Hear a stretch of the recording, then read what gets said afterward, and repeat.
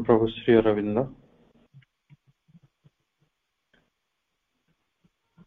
आज ऑनलाइन पाठचक्र उपस्थित समस्त मातृ संतान मान हृदय अनेक शुभेच्छा और अनेक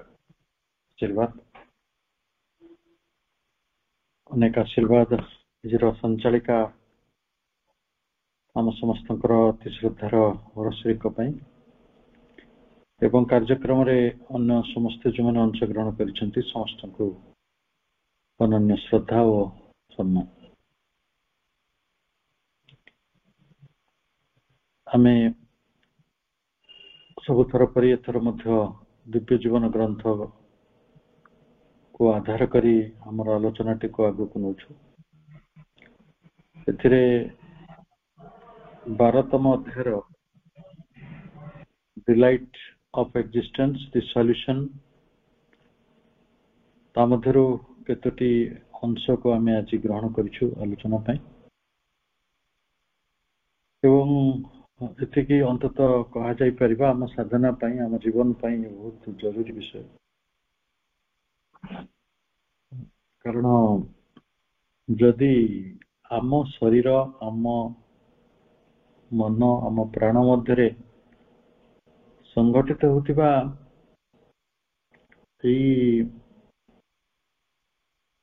प्रक्रिया गुड़िक अंततः आम जानिबा नहीं ताले आम जो लक्ष्य नहीं जगत रे बंची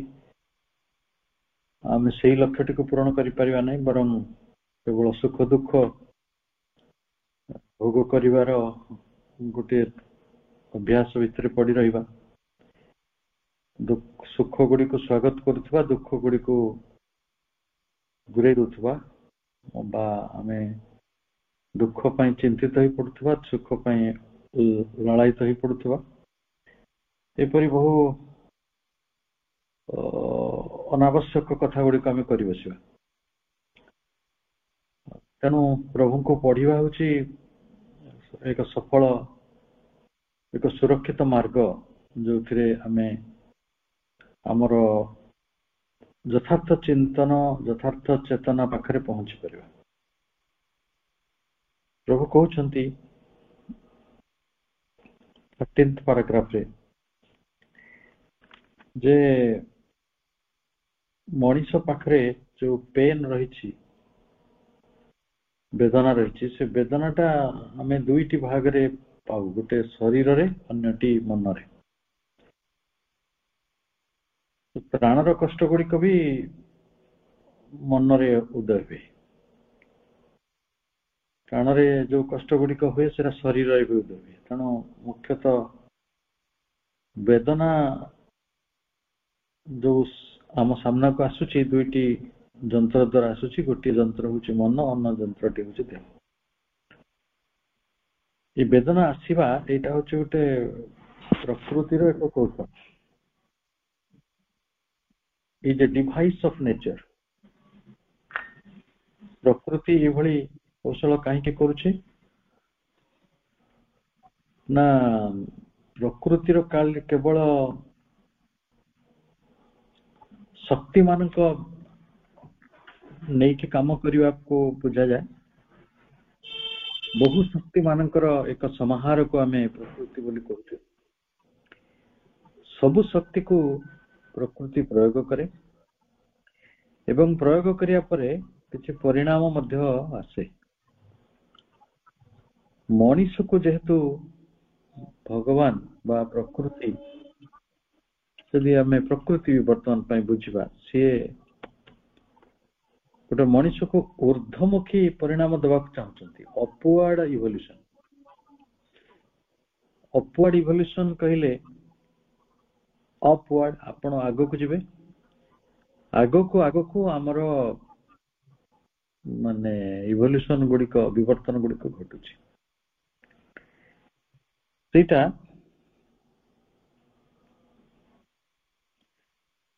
जदि आगो को घटुची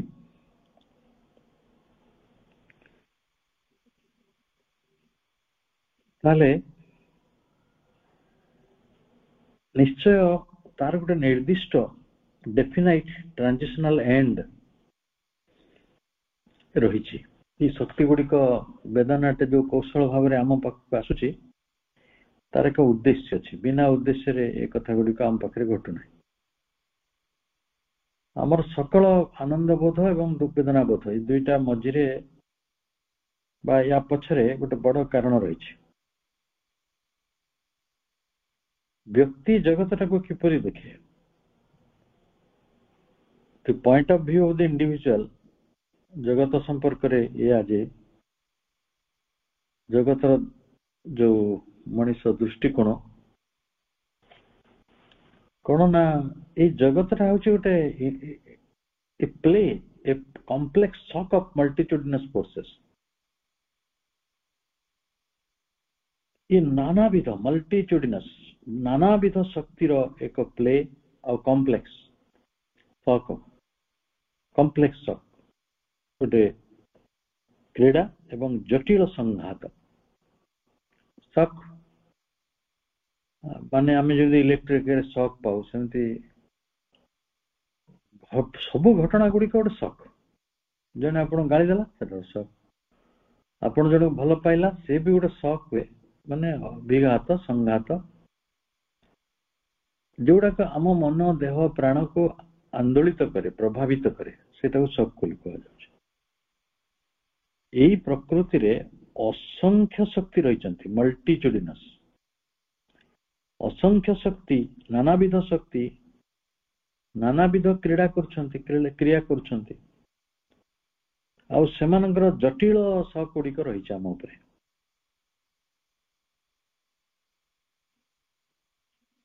ये जो जटिल क्रियामयता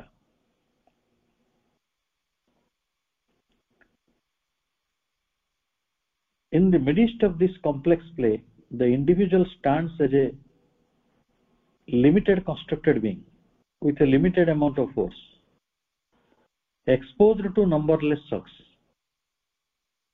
आमे प्रभु को पढ़िला बेले केते चमत्कार भावरे आम जीवन टिकु से बुझौछंती एई भली हजार हजार लक्ष लक्ष नानाविध शक्ति मानक मझिरे जो जटिल क्रीड़ा संघात गुड़िक संगठित होची विश्व रे व्यक्तिटी कौन व्यक्ति हैला गोटे लिमिटेड कंस्ट्रक्टेड बीइंग गोटे सीमाबद्ध गोटे मिनिट होल्ड करछि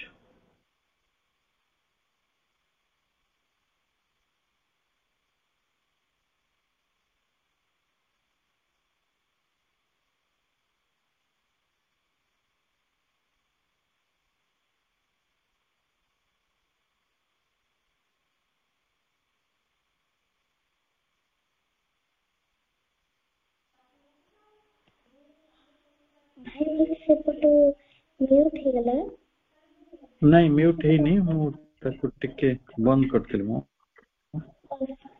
हां सेठू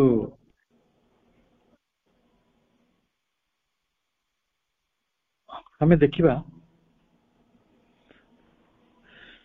ए जो जटिल शक रही ए शक गुड़ा आसुची कुआडू ये शक सब आसुची नानाविध शक्ति गुड़िक नानाविध शक्ति तो मनीष ता भितरे गोटे कौन गोटे लिमिटेड कंस्ट्रक्टेड बीइंग तो जो आप गोटे लिमिटेड कंस्ट्रक्टेड बीइंग हेबे सेते बेले आपण के विचार करिवे जे वास्तविक मोर एठी भूमिकाटी कौन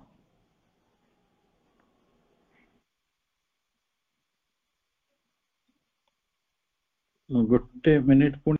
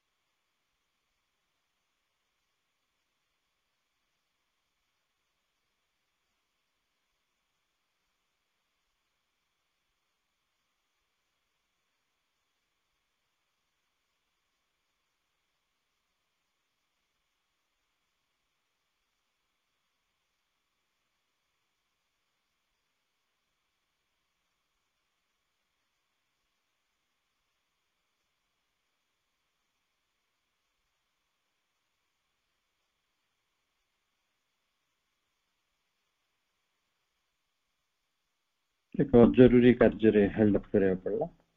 समस्त प्रणाम चाहूँ आम जो कथाटी आलोचना करते मनुष्यटी निजे कौन निजे हूँ ये जो अशुभमयी संघात सब रही विश्वर ता भीतर से गोटे अति छोटिया लिमिटेड कंस्ट्रक्टेड बीइंग ताको तैयारी करा जायछि ताको शरीर दिया जायछि मन दिया जायछि प्राण दिया जायछि ता मनर किछि शिक्षा अछि से सब कंस्ट्रक्टेड कहा जाय आ से व्यक्ति पाखरे रही लिमिटेड अमाउंट ऑफ फोर्स प्रत्येक व्यक्ति तार लिमिटेड अमाउंट ऑफ फोर्स भीतर रहता है शक्ति तार कम किंतु एने देखिला को जो एक्सपोज ही थाए सारा प्रकृति ताको नंबरलेस शॉक्स दउथांती असंख्य ता उपरे बितु थाए सब घटना गुड़िक अगणित नंबरलेस संघात नंबरलेस शॉक्स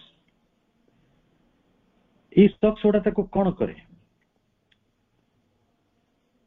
ये जो अभिघात गुड़िक एगुड़िक तो आपण को गेला करिया आसोनी बेले बेले लाके से क्षत कर दूची उंड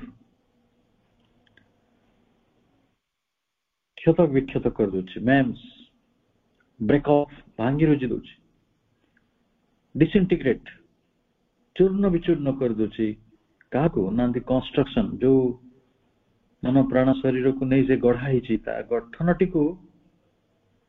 से संघात गुड़िक विश्वर से भांगी पकाउची ये गोटे अति सीमित शक्ति ही रही से गुड़ी को सामना करने को बाध्य हो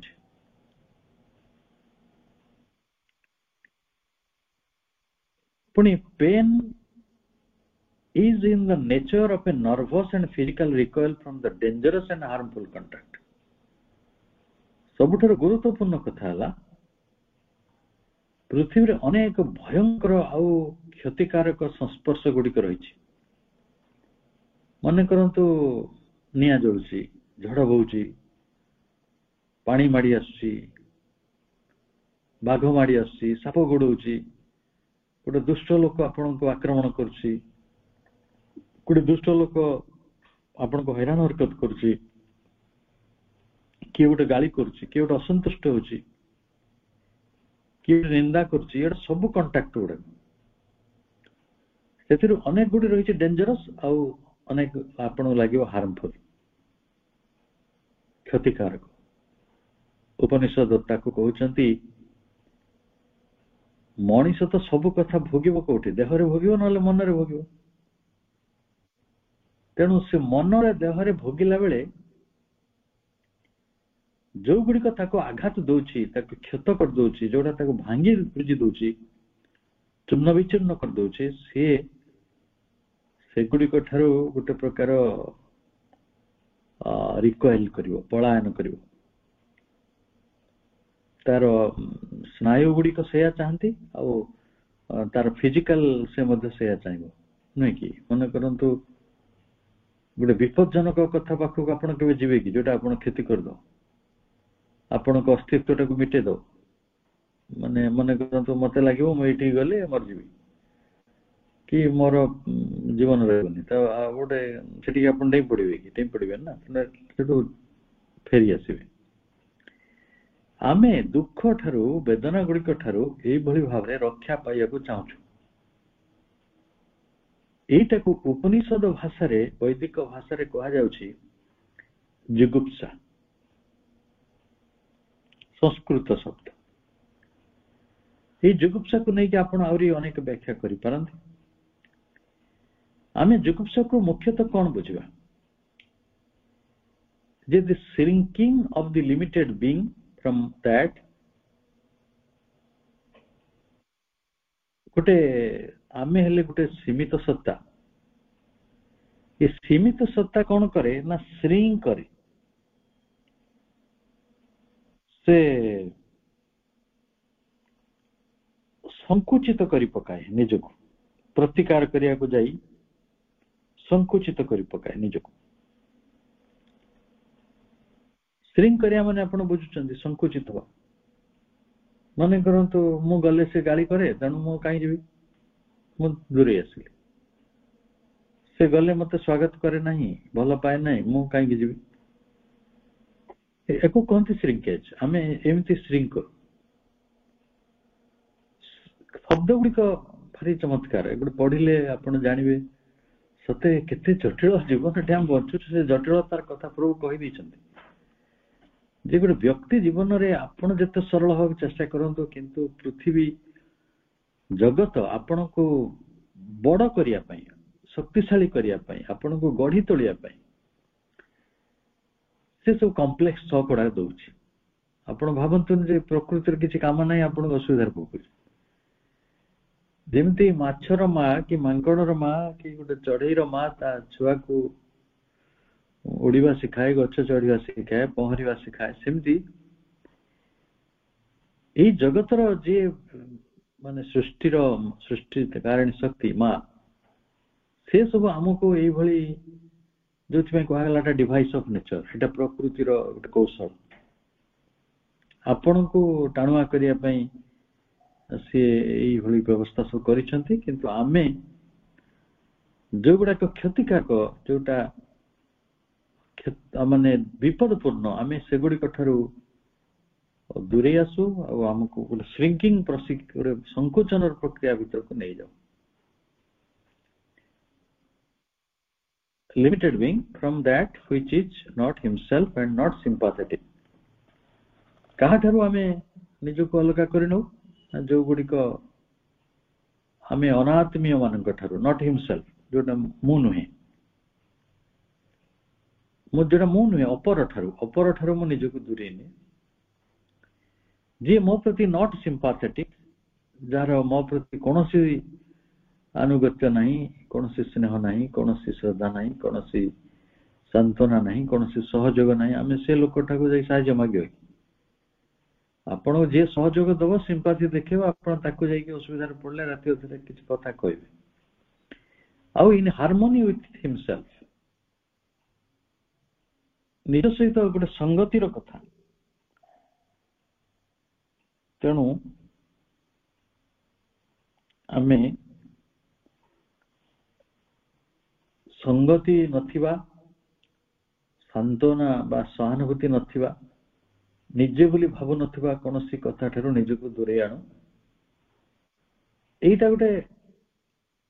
प्रभुर परफेक्ट वर्ड होची it's impulse of self defence against others अन्य मानक संपर्क रे हमर गोटे सेल्फ डिफेंस हम तैयारी करू आत्म सुरक्षा ये से गाली दबो से खराब भाबिबो से कोन गोटे उल्टा सुल्टा कथा कहबो एमती सब आशंका गुडी काम भीतर थाए ना तेणु से गुडा को कहवा गोटे सेल्फ डिफेंस अगेंस्ट अदर्स अन्य मानक विरुद्ध रे हमर गोटे प्रतिरक्षार कथा आत्म प्रतिरक्षार कथा एई जुगुप्सा गुडी को एई पलायन गुडी को अन्य कोठारु दूरे आसीबार निजको संकुचित करि नबारी प्रक्रिया गुडी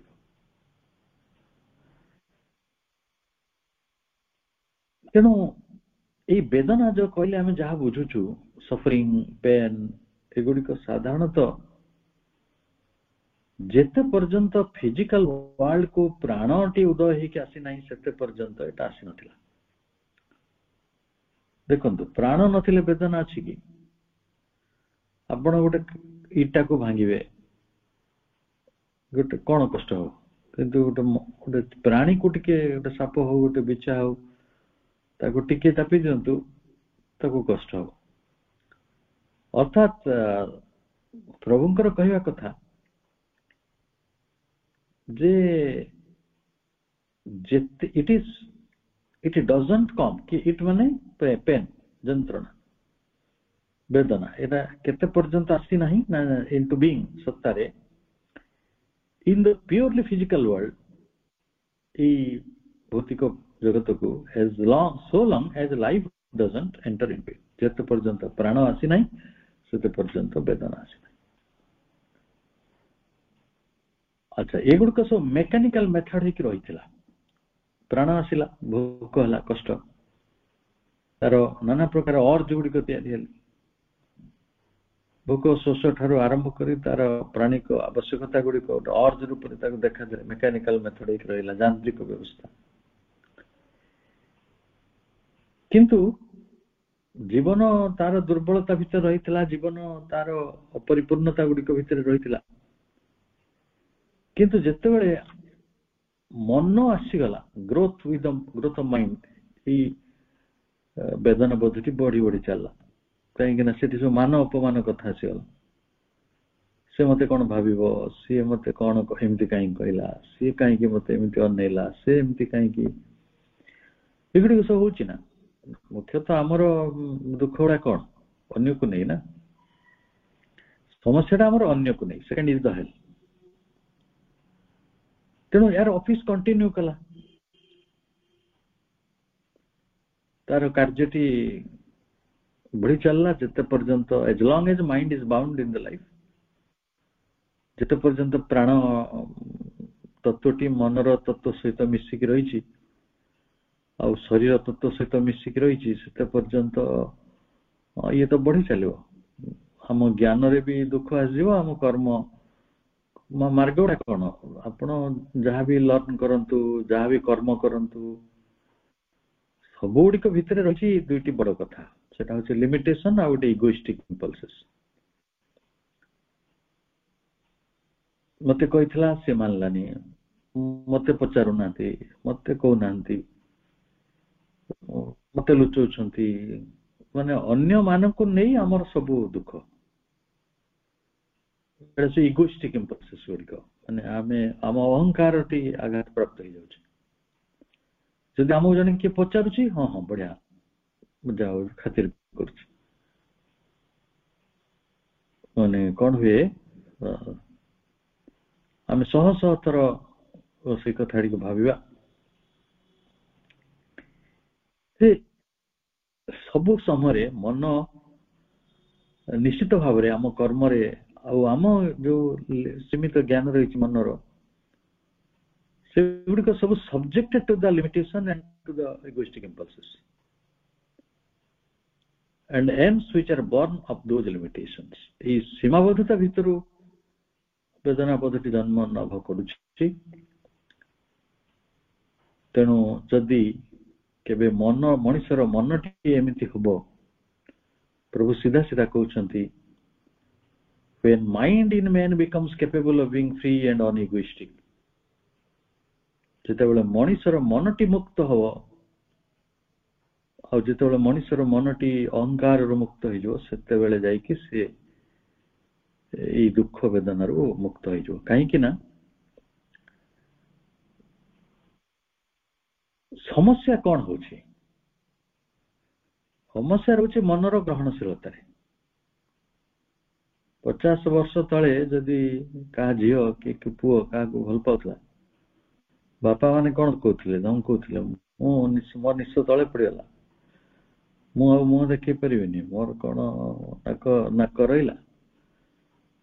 लोके आत्महत्या कर दौले से मनर मनीष मैंने अच्छा किंतु से माने छुआ मान कहते तुम सब जहाँ भी कर आम से मंजूर अच्छे केमी से माने निजको धीरे धीरे फ्री कले अनइगोइस्टिक कले जिते मनीष दिन को फ्री करे अनइगोइस्टिक करे फ्री कहले मुक्त मनर मनीष यथा श्री अरविंद यथा श्रीकृष्ण को आम नहीं पारे मुक्त मनर मनीष अनइगोइस्टिक जदि धीरे धीरे श्री अरविंद भाई आप अनइगोइस्टिक हो निरहंकारी ताले आपणकर अन्य मानक सहित जो संबंधटी हार्मोनी भीतर को आसी in harmony with all other beings सब सत्ता सहित आपण एबे गोटे विश्व मनुष्य हेले विश्वर सब किसी को आपण ग्रहण कले आपण हार्मोनी भीतर रही खाली हार्मोनी भीतर रही ना with the play of the universal forces जो जगत रे हम रहीछु जो जगत रे एते मल्टीट्यूडिनस यूनिवर्सल फोर्सेस अच्छी जो मैंने आमको केवल शॉक दे चलती आघात दे चलती ଆମେ ସେଗୁଡିକ ସହିତ ଯେତେବେଳେ ସୁସମଞ୍ଜସ୍ୟ ସ୍ଥିତିକୁ ଆସିବା, ସୌସମ୍ୟର ସ୍ଥିତିକୁ ଆସିବା, ସଂଗତିର ସ୍ଥିତିକୁ ଆସିବା, ସେତେବେଳେ କଣ ହବ ନା ସଫରିଂ ଡିମିନିସେସ୍। ସଫରିଂ ଡିମିନିସେସ୍, ଆପଣଙ୍କ ବେଦନାଟି କମି କମି ଚାଲିବ। କାଲି ଜଣେ ବନ୍ଧୁ, ବହୁତ ମାନେ ବିଦ୍ୱାନ ଲୋକ, ମତେ ଗୋଟେ ଭଲ କଥାଟେ କହିଲେ ଆମେ ସବୁ ଶ୍ରୀ ଅରବିନ୍ଦଙ୍କ ଜୀବନକୁ ପଢୁଛନ୍ତି, ସେଥିରେ କଣ କଣ ସବୁ ପଢୁଛନ୍ତି ନା ଏମିତି ହେଲା ତାଙ୍କ ବାପା ଚାଲିଗଲେ, ତାଙ୍କ ମାର ଦେହ ଖରାପ ହେଇଗଲା, ତାଙ୍କ ଭାଇ ମାନେ ସବୁ କିଏ କୁଆଡେ ବିଛଡି ଗଲେ, ଭଉଣୀ କୁଆଡେ ଗଲା, ସ୍ତ୍ରୀ ମରିଗଲା, ପରିବାର ସବୁ ଏପଟ ସେପଟ ହେଲେ, ଆର୍ଥିକ ଅସୁବିଧା ହେଲା, ଜେଲ ଚାଲିଗଲେ, ଜୀବନରେ ଆର୍ଥିକ ଅସଚ୍ଛଳତା ଗୁଡିକ ବହୁତ ଆସିଲା, ବହୁତ ଦୁଃଖ ଭିତରେ ସେ ପଡିଗଲେ। ତାପରେ ସେ ମତେ କହୁଛନ୍ତି, ଭାଇ ସତରେ କଣ ତାଙ୍କୁ କିଛି କଷ୍ଟ ହେଇଥିବ? ଆମେ ସିନା ଭାବୁଛୁ ତାଙ୍କୁ କଷ୍ଟ ହେଇଥିବ, କିନ୍ତୁ ତାଙ୍କୁ କଷ୍ଟ ହେଇନଥିବ। କାରଣ ସେ ଏଇ ସବୁ ଯୋଉ ପ୍ରକ୍ରିୟା ଯୋଉଟାକୁ ଆମେ କହୁଛୁ mind in man becomes capable of being free and unegoistic, in harmony with all other beings, with the play of the universal forces, the use and office of suffering diminishes. ସେ କମିଯିବ, ଖାଲି କମିଯିବ ନାହିଁ, ଏଇଟା ଧୀରେ ଧୀରେ cease to be,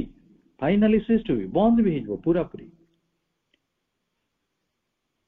ପୁରାପୁରି ବନ୍ଦ ହେଇଯିବ। କେବଳ ଆମେ ଗତ ଥର ଆଲୋଚନା କରିଥିଲେ, ସୁଖ ଦୁଃଖ ହେଉଛି ଗୋଟେ ହ୍ୟାବିଟ୍, ଗୋଟେ ସଂସ୍କାର। ଆପଣ ସେଇ କଥାରୁ ସୁଖ ପାଇପାରନ୍ତି, ସେଇ କଥାରୁ ଦୁଃଖ ପାଇପାରନ୍ତି। ମୁଁ ଏବେ ଟିକେ ଆଗରୁ ଗୋଟେ ଉଦାହରଣ ଦେଉଥିଲି, ପୁଅ ଝିଅ ମାନେ ଆଗେ ପ୍ରେମ କରୁଥିଲେ, ବାପା ଦୁଃଖୀ ହେଉଥିଲା ମାନେ ମାଟିରେ ପଶି ହେଉଥିଲା, ଘରୁ ବାହାରୁ ନଥିଲା, ଏବେ ତ ଛାତି ଫୁଲେଇ ଚାଲିଛି। ଆମେ ହ୍ୟାବିଟ୍, ଗୋଟେ ସଂସ୍କାର ବଦ୍ଧତାର ଶିକାର ହେଇଛୁ, ଆଉ ସେଥିରେ ରହିଛି ପରସିଷ୍ଟେନ୍ସ ଅଫ ଦି ଲୋୟର, ଗୋଟେ ନିମ୍ନ ଭୂମି ସେଠି କାମ କରୁଛି ସେଇ ଅଭ୍ୟାସ ସଂସ୍କାର ଭିତରେ, ଇମ୍ପରଫେକ୍ଟ ଅର୍ଗାନାଇଜେସନ, ଅତି ଅପୂର୍ଣ୍ଣ ସଂଗଠନ ରହିଛି ଆମ ଜୀବନକୁ ନେଇ, ଯୋଉଥିପାଇଁ ଆମେ ଦୁଃଖ ବେଦନା ଗୁଡିକ ଭିତରେ ପ୍ରବେଶ କରୁଛୁ। A habit that has survived its use and its hire, ଏପରି ଗୋଟେ ଅଭ୍ୟାସ ଯେ ବଞ୍ଚି ରହିଛି ଆଉ ନିମ୍ନ ଅସମ୍ପୂର୍ଣ୍ଣ ଅବସ୍ଥା ଭିତରେ ରହିଛି, କିନ୍ତୁ ଏଇଟା ସଂସ୍କାର ବିଶେଷ, ଏଟା ଗୋଟେ ଅଟାଭିଜମ ଅଫ ନେଚର। ତେଣୁ ଆମ ଋଷି ମାନେ କିନ୍ତୁ କେତେ ବଢିଆ ମାର୍ଗ ସବୁ ଆମକୁ ଦେଖେଇଥିଲେ। ସେ କହିଥିଲେ ଏଇ ଦୁଃଖର ନିଦାନ, ଏଇ ଦୁଃଖର ନିରାକରଣ ସମ୍ଭବ। ଦୁଃଖ ତିନୋଟି ବାଟରେ ଆସୁଛି, ଗୋଟେ ଆସୁଛି ଆଧ୍ୟାତ୍ମିକ ଉପାୟରେ, ଅନ୍ୟଟି ଆସୁଛି ଅଧିଦୈବିକ ଉପାୟରେ ଏବଂ ଅନ୍ୟଟି ଆଧିଭୌତିକ। ଆଧିଦୈବିକ ଦୁଃଖ କଣ? ଆପଣଙ୍କୁ ଯୋଉଟା ଅଗ୍ନି, ବାୟୁ, ଖରା, ମାନେ ସୂର୍ଯ୍ୟ ତିଆରି କରୁଛନ୍ତି, ଝଡ଼ ହେଲା, ଭୂମିକମ୍ପ ହେଲା, ବହୁତ ଖରା ହେଇକି ସନଷ୍ଟ୍ରୋକ ହେଇଗଲା, ବହୁତ ବଡ ବନ୍ୟା ହେଲା, ଏଟା ସବୁ ଅଧିଦେବତା, ଦେବତା ମାନଙ୍କ ଦ୍ଵାରା ସୃଷ୍ଟି ହେଉଛି, ଅଧିଦୈବିକ ଦୁଃଖ। ଆଉ ଗୋଟେ ଅଛି ଅଧିଭୌତିକ, ସାପ, ବିଛା, ମହୁମାଛି, କିଏ ଅନ୍ୟ ପ୍ରାଣୀ ମାନେ, ଅନ୍ୟ ବ୍ୟକ୍ତି ମାନେ, ଆପଣଙ୍କ ପାଇଁ ଯୋଉ ସୃଷ୍ଟିଟା, ଅନ୍ୟ ବ୍ୟକ୍ତି ମାନେ, ଅନ୍ୟ ପ୍ରାଣୀ ମାନେ ଯୋଉଟା ଆପଣ ଭିତରେ ତିଆରି କରୁଛନ୍ତି, ତା ଅଧିଭୌତିକ। ଆଉ ଗୋଟେ ଦୁଃଖ ହଉଛି ଆଧ୍ୟାତ୍ମିକ। ଏଇ ଆଧ୍ୟାତ୍ମିକ ଦୁଃଖ ହଉଛି 90 ଭାଗ ଆମ ନିଜକୁ ନେଇ। ମୋ ବୋଉ ମତେ ପଚାରିଲାନି, ମୋ ଶାଶୁ ମତେ ଗାଳି ଦେଲା, ସିଏ ମୋ ଦିଅର ଭଲ ଲୋକ ନୁହେଁ, ମୋ ଭାଇ ମୋ ସହିତ ଏଇଭଳି ଖେଳିଲା, ମୋ ସାଙ୍ଗମାନେ ମତେ ଏଇଭଳି ଖରାପ ବ୍ୟବହାର କରନ୍ତି, ଏଇ ଯୋଉ ଗପ ସବୁ ଆମ ଦୁନିଆରେ ରହିଛି, ଏଇଟା ସବୁ ଆଧ୍ୟାତ୍ମିକ। ମାନେ ଆମେ ତାକୁ ଠିକ ସେ ଗ୍ରହଣ କରିନାହାନ୍ତି, ପାରିନାହାନ୍ତି, ବୁଝିନାହାନ୍ତି। ତେଣୁ ପ୍ରଭୁ କହୁଛନ୍ତି it's eventual elimination must be an essential point in the destined conquest of the soul। ଆମ ଆତ୍ମାର ଗୋଟେ गोटे विजय आवश्यक अच्छे गोटे कनक्वेस्ट गोटे डेस्टाइन्ड कनक्वेस्ट भितर आम रहीचु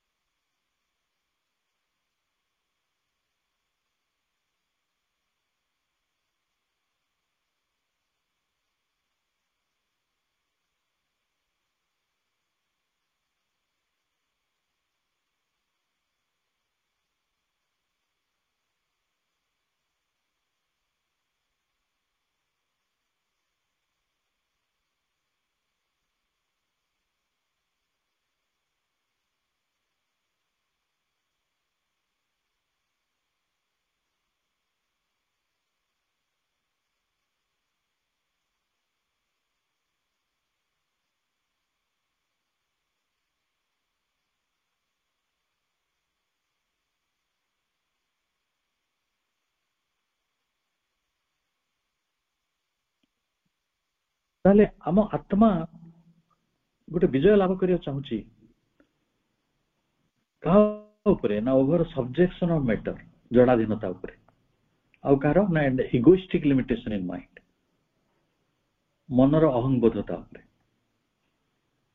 जदि मनर अहंगबोधता उपरे आउ हमर जड़ाधीन अवस्था गुडी को उपरे आमे विजय लाभ करिया चाहूचु ताले एटा एसेंशियल पॉइंट हिक रही छी एकाथर आवश्यक हिक रही छी आमे दुख रु मुक्ति चाहि परिबा आउ मु आपन को सहज बार मन संपर्क रे कहूची इथि पई जे से आमे प्रकृति दुख गोटे प्रकृति रोजगार करू वी आर नेट कारण आम मन एथिरे अभ्यस्त नुहे सी आउ गोटे ऊर्ध्वतर गति भीतर को जाऊ नहीं सी गोटे लिमिटेशन भीतर रही जाइछि गोटे संस्कारबद्धता भीतर रही जाइछि अभ्यासगत ही रही जाइछि विकृति गुडी भीतर रही जाइछि जोथि पई ए लिमिटेशन गुडी को जो दुखटा अधिक होछि बड़ मनर मनुष्यर दुख कम के कुआडे गला के कोन कला के कोन भाबिला के कोन करूछि ताको नै से मोटे चिंतित होय नै आवश्यकता भी नहीं तेणु आमे भाबुथवा सतरे ये दुख गुडी को पृथ्वी रे जीव ये तो काल काल धरि रही जेतेबेले देवता माने भी पृथ्वी को आछन समान भी दुख हो करछन कि अपमान करछि कि अस्त्रहीन को गुडैछि कि युद्धड़ा करा देछि कि खराब भाषा कहिछि प्रभु कहउछन्ति दिस एलिमिनेशन इज पॉसिबल ए विलोपटी दुखर विलोप सुख दुखर ए विलोपटी संभव because kaiki na pain and pleasure themselves are currents who are imperfect and other perverse सुख दुख बोली आमे जाको कहउछु से दीटी प्रवाह दीटी स्रोत ए दीटी स्रोत रो गोटी होची अपूर्ण अन्यटी होची विकृत विकारग्रस्त ए माने कोठु आसीले ताले the reason of this imperfection and perfection तारे जो से माने अपूर्ण ही रही चंती से माने जो विकृत ही रही चंती तार रीजन कोन ता कारण होची self vision of the being in his consciousness आम चेतना रे विभक्तिकरण आमे भी आम शीर्षक पाखरे पहुंचले प्रकृति रे चेतना अनुसार ही दुखर जन्म मृत्यु घटुछि जदि आपण एक बृहत्तर सत्य चेतना दिव्य चेतना मध्य वास करती ताले वेदना बोध नहीं यदि साधारण चेतना भितर रहिबे किए आइला किए गला किए खाइला किए गाली देला किए अपमान कला आपण सेउडा बसी भाबुतबे ताले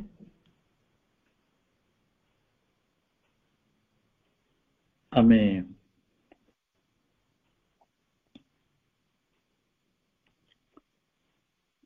सबु कथा सेते बेले भारी विकृति भीतर को जाई था विकार भीतर सेते बेले आपणकर चेतनाटी हुए मेजरिंग आउट लिमिटिंग ବହୁତ ସୀମିତ ପରିମେୟ। ଏହା ଦ୍ୱାରା ଆମେ କଣ କରୁ ନା ଆମର ଯୋଉ ବିଶ୍ୱ ଲୀଳାଟିକୁ ବୁଝିବାରେ ଆମର ସଂକଟ ହୁଏ। ତା ସାଙ୍ଗରେ ଆମେ ନିଜର ଯୋଉ ଅହଂବୋଧ ଦ୍ୱାରା egoistic, in consequence an egoistic and piecemeal instead of universal reception of contact by the individual.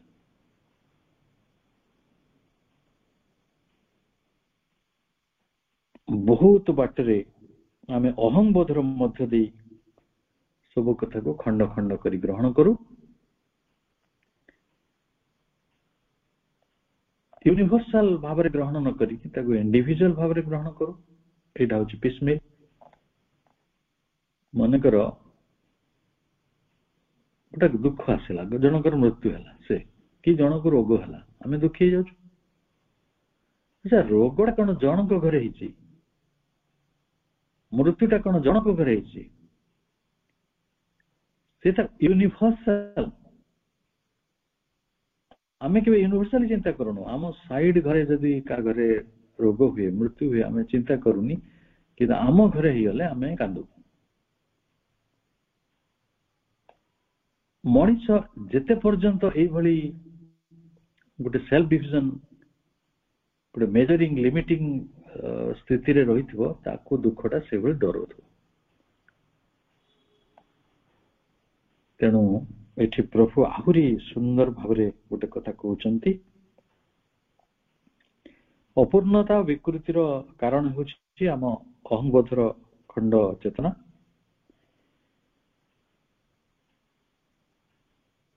ଯୋଉମାନେ ୟୁନିଭର୍ସାଲ ସୋଲ, ଶ୍ରୀ ଅରବିନ୍ଦଙ୍କ ଭଳି, ମାଙ୍କ ଭଳି, ଶ୍ରୀକୃଷ୍ଣଙ୍କ ଭଳି, ବୁଦ୍ଧଙ୍କ ଭଳି, all things and all contacts of things carry in them an essence of delight. ଯେତେ ସଂସ୍ପର୍ଶ ଆସେ, ଯେତେ ବିଶ୍ୱରେ ସବୁ ବସ୍ତୁ ରହିଛି, things and contacts, ବସ୍ତୁ ଗୁଡ଼ିକ ଏବଂ ସକଳ ସାନ୍ନିଧ୍ୟ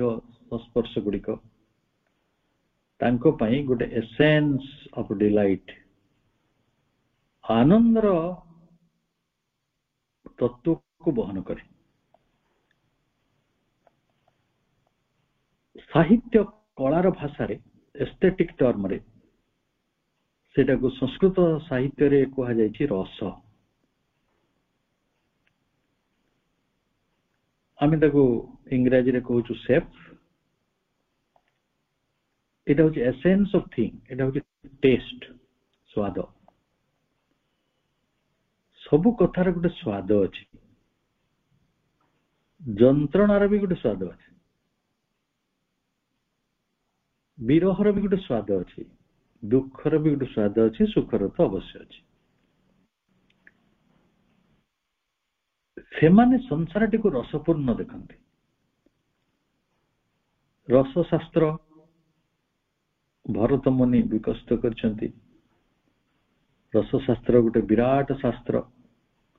କେତେ ପ୍ରକାର ରସ ରହିଛି। ତେଣୁ ଯେଉଁମାନେ ରସଶାସ୍ତ୍ର ବିଷୟରେ ଭଲ କରି ଜାଣନ୍ତି, ସେମାନେ ହିଁ ନିଜ ଜୀବନଟିକୁ ଗୋଟେ ନିତ୍ୟ ରାସରେ ପରିଣତ କରିପାରନ୍ତି। ଶ୍ରୀକୃଷ୍ଣ ସେଇଭଳି ଚେତନାର ମଣିଷ ଥିବାରୁ ତାଙ୍କର ସମସ୍ତ ସମ୍ପର୍କ ଗୁଡିକ ଥିଲା ରାସ, ଆନନ୍ଦର କ୍ରୀଡ଼ା, ଆନନ୍ଦର ସମ୍ମିଳନ। କିନ୍ତୁ ଆମେ ଯେହେତୁ ଆମର ଡିଜାୟାର ଗୁଡିକ, ଆମ ଫିୟର ଗୁଡିକ, ଆମ କ୍ରେଭିଂ ଗୁଡିକ, ଆମ ଶ୍ରିଙ୍କିଂ ଗୁଡିକ, ଆମର ଗ୍ରିଫ, ପେନ୍, ଇମ୍ପରଫେକ୍ସନ, ଟ୍ରାନଜିଏଣ୍ଟ, ଇନାବିଲିଟି, ଏ ସବୁ ଗୁଡିକ ଆମ ପଛରେ ଗୋଡେଇଛନ୍ତି। ସେ ରସ କୁଆଡୁ ଆସିବ? ରସ ବିଷୟରେ ନା ଆମକୁ କିଛି ଧାରଣା ଅଛି? ପ୍ରଭୁ ଯେତେବେଳେ ଏଇଠି ଆଲୋଚନା ଆମେ କରୁଥିଲେ, ସେତେବେଳେ ତିନୋଟି ପ୍ରକାରର ମଣିଷ ମାନଙ୍କର ଆନନ୍ଦ କଥା କହୁଥିଲେ। ଗୋଟେ କହୁଥିଲେ ଶିଶୁର ଆନନ୍ଦ, ଗୋଟେ କହୁଥିଲେ କବିର ଆନନ୍ଦ, ଆଉ ଗୋଟେ କହୁଥିଲେ ଯନ୍ତ୍ର ମଣିଷ, ମେକାନିକର ଆନନ୍ଦ। ଏ କବିର ଆନନ୍ଦ ଯୋଉଠି ଆସିବ, ସେଇଠି ରସପୂର୍ଣ୍ଣ ଜଗତର କଥା ଆସିବ। ତେଣୁ ଆମେ ଯୋଉ ଅପୂର୍ଣ୍ଣ ଏବଂ ବିକାରଗ୍ରସ୍ତ ଅବସ୍ଥାରେ ରହିଛୁ, ଯୋଉ ପ୍ରକାର ଅଖଣ୍ଡ ଚେତନାରେ ରହିଛୁ, ନିମ୍ନ ଚେତନାରେ ରହିଛୁ, ଅଭ୍ୟାସଗତ ଭାବରେ ସୁଖ ଦୁଃଖ ଭୋଗୁଛୁ, ଅତି ଭାବରେ ମାନସିକ ହେଇକି ରହିଛୁ, ଆଉ ଏଇ ସବୁ କାରଣରୁ ଆମେ ରସ ତତ୍ତ୍ୱ ନିକଟରେ ପହଞ୍ଚି ପାରୁନୁ। ରସ ତତ୍ତ୍ୱ ପାଖରେ ଆମେ କାହିଁକି ପହଞ୍ଚି ପାରୁନୁ ସେ ବିଷୟରେ ଆହୁରି ଆଲୋଚନାର ଗଭୀରତା ଧୀରେ ଧୀରେ ଏଇଠି ଯାଇଛି। ଆମର ବାସନା ଆମକୁ ଆଲୋଡ଼ିତ କରେ, ଆମ ଭୟ ଆମକୁ ଆଲୋଡ଼ିତ କରେ, ଆମ ଆକାଂକ୍ଷା ଗୁଡ଼ିକ ଆମକୁ ଆଲୋଡ଼ିତ କରେ, ଆମ ଶ୍ରିଙ୍କିଂ କ୍ରେଭିଂସ, ଆମର ବିରାଗ ଗୁଡ଼ିକ, ମତେ ଏଇଟା ଭଲ ଲାଗେନି, ଏଇଟା ମତେ ଭଲ ଲାଗୁଛି, ଏ ଲୋକଟା ମତେ ଭଲ ଲାଗୁଛି, ଏ ଲୋକଟା ମତେ ଖରାପ ଲାଗୁଛି, ଏ ସବୁ ବିରାଗ ଗୁଡ଼ିକ ଏଇଟା ଆମକୁ ଆଲୋଡ଼ିତ କରୁଛି। ତେଣୁ ଆମେ ଯୋଉ ରସ ପ୍ରକୃତରେ ଆମ ମଧ୍ୟରେ ରହିଥିଲେ ମଧ୍ୟ ଆମ ଚେତନାରେ ଦୁଃଖ ଭରିକି ରହିଛି, ସୁଖ ଭରିକି ରହିଛି, ଅପୂର୍ଣ୍ଣ ଆନନ୍ଦର କ୍ଷଣିକତା ଗୁଡ଼ିକ ରହିଛି। ଆପଣ ଦିପରେ ଜଣଙ୍କ ସହିତ କଥା ଥିବ, ଭାରି ଖୁସି ହେଇଥିବ, ସନ୍ଧ୍ୟା ବେଳକୁ ସେ ରାଗିକି ପୁରା ପାଗଳ ହେଇଯାଇଥିବ। ତ ସେ ଭାବେ ଏଇଟା ସ୍ୱାଭାବିକ, କିନ୍ତୁ ଏଇଟା ସ୍ୱାଭାବିକ ନୁହେଁ, ଅସ୍ୱାଭାବିକ, ଅତି ଏଇଟା ସବୁ